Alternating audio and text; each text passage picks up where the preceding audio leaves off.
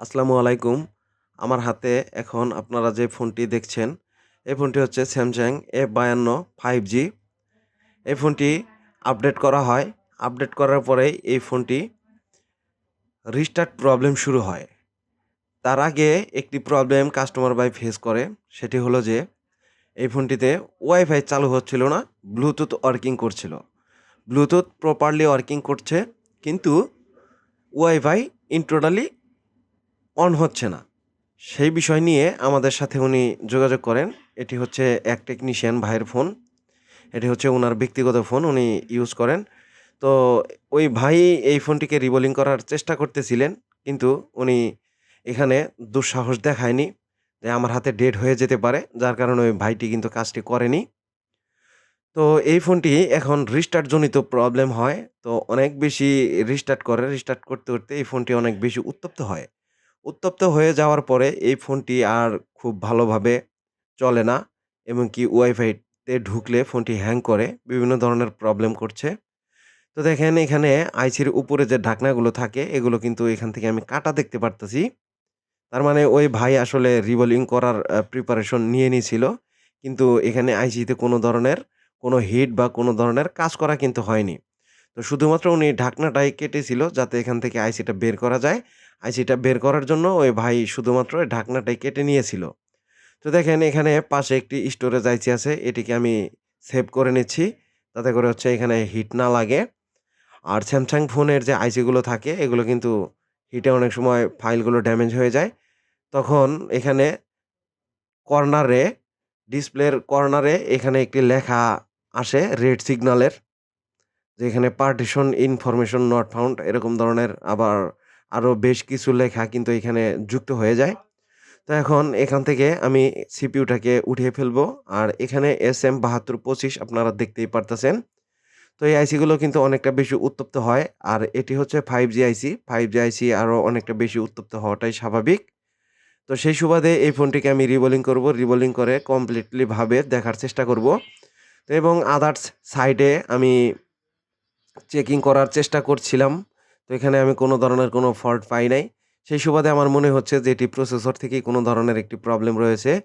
তো আসলে গরমের দিন এখানে বেশ বারবার বিদ্যুৎ চলে যায়, এবং কি বিদ্যুতের প্রবলেমগুলো কিন্তু থাকে।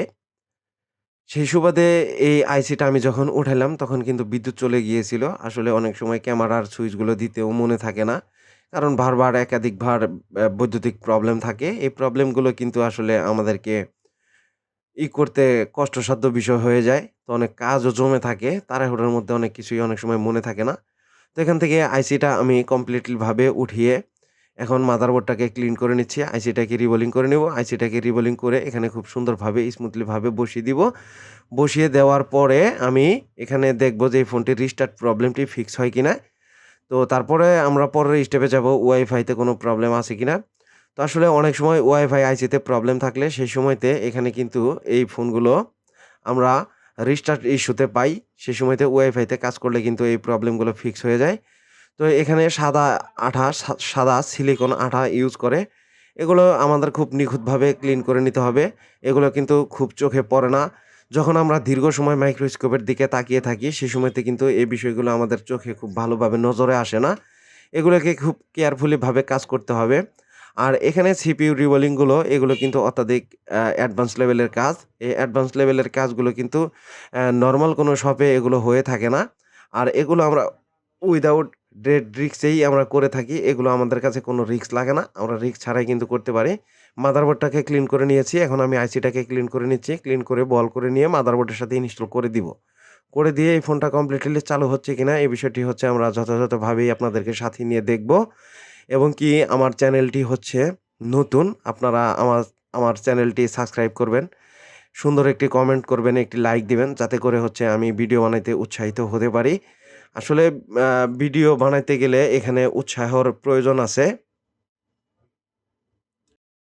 আমাদের শপে শুধুমাত্র সিপিইউ রিবোল্ডিং এর কাজই করা হয় না। এর সাথে ডিসপ্লে চেঞ্জ, তারপরে হচ্ছে ব্যাটারি চেঞ্জ, যাবতীয় এগুলো যত ধরনের কাজ আছে একটি অ্যান্ড্রয়েড ফোন সংক্রান্ত প্রত্যেকটারই আমরা চেষ্টা করে থাকি সলভ করার জন্য।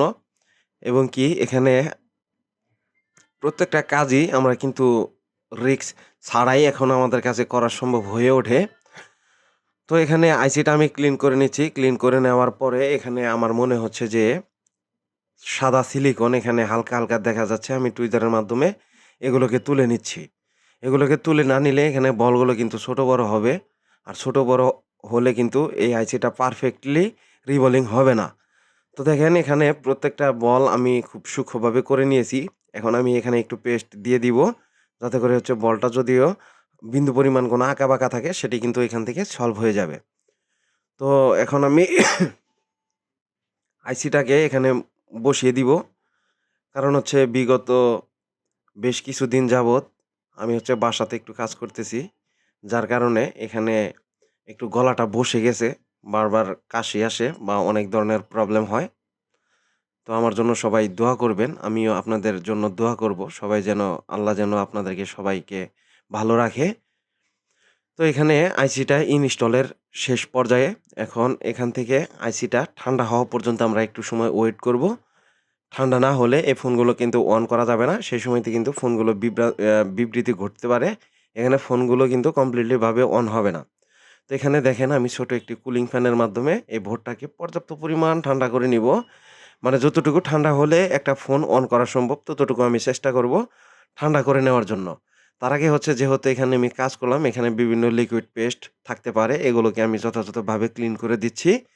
এগুলোকে ক্লিন করে কাজ করলে এই কাজগুলো কিন্তু আত্মতৃপ্তি পাওয়া যায়। তাছাড়া কিন্তু এই কাজগুলো অনেক সময় হওয়ার মতো কাজও আত্মতৃপ্তি না আসলে সেই কাজগুলো কিন্তু হয় না। এখানে দুর্ঘটনা ঘটে। তো এখান থেকে আমি ফোনটি যেহেতু লোগোই ছিল, ইনশাল্লাহ এই ফোনটি লোগো থাকারই কথা। তো আমরা লোগোটি দেখতে পারলাম। এখানে হচ্ছে যে আরএফ ইন্টারনেট যে কেবলগুলো এগুলোকে আমি ঠিক করে দিলাম। যাতে করে হচ্ছে মাদারবোর্ডের সাথে কোথাও কোনো শর্ট সার্কিট হতে না পারে। তো এখন আমরা একটু সময় ওয়েট করি যে এই ফোনটি চালু হয় কিনা। তো দেখেন ফোনটি সেকেন্ড লোগোতে গেছে। এখন এই ফোনটি কমপ্লিটলি ভাবেই চালু হয়ে যাওয়ার কথা। তো দেখেন ইনশাল্লাহ এই ফোনটি কিন্তু চালু হয়ে গেল। তারপরের স্টেপ আমরা ওয়াইফাইটি চেক দিব যে ওয়াইফাইটি যথাযথভাবে ঠিকঠাক আছে কিনা বা কোনো ধরনের প্রবলেম করে কিনা এই বিষয়টি আমরা খুব যথাযথভাবে চেক দিব।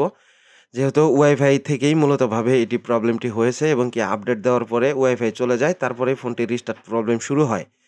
তো মাঝে মধ্যে ফোনটি কমপ্লিটলি চালু হলেও ওয়াইফাইতে প্রবেশ করলেই ওয়াইফাই তো চালু হয় না। ফোনটি কিন্তু রিস্টার্ট জনিত প্রবলেম করে ফেলে এবং কি মাদারবোর্ডগুলো অনেক বেশি উত্তপ্ত হয়। তো এখানে আমি ওয়াইফাই অন হয়েছে আমি দেখতে পারতেছি। তো অবশ্যই আপনারা ওই যে এখানে দেখেন আমি আপনাদেরকে স্ক্রিনে দেখানো সম্ভব হয়ে উঠছে না ভালোভাবে। আপনারা দেখতে পারতেছেন কিনা আমি জানি না। তো আসসালামু আলাইকুম। সবাই ভালো থাকবেন। আজকের মতো এ পর্যন্তই শেষ।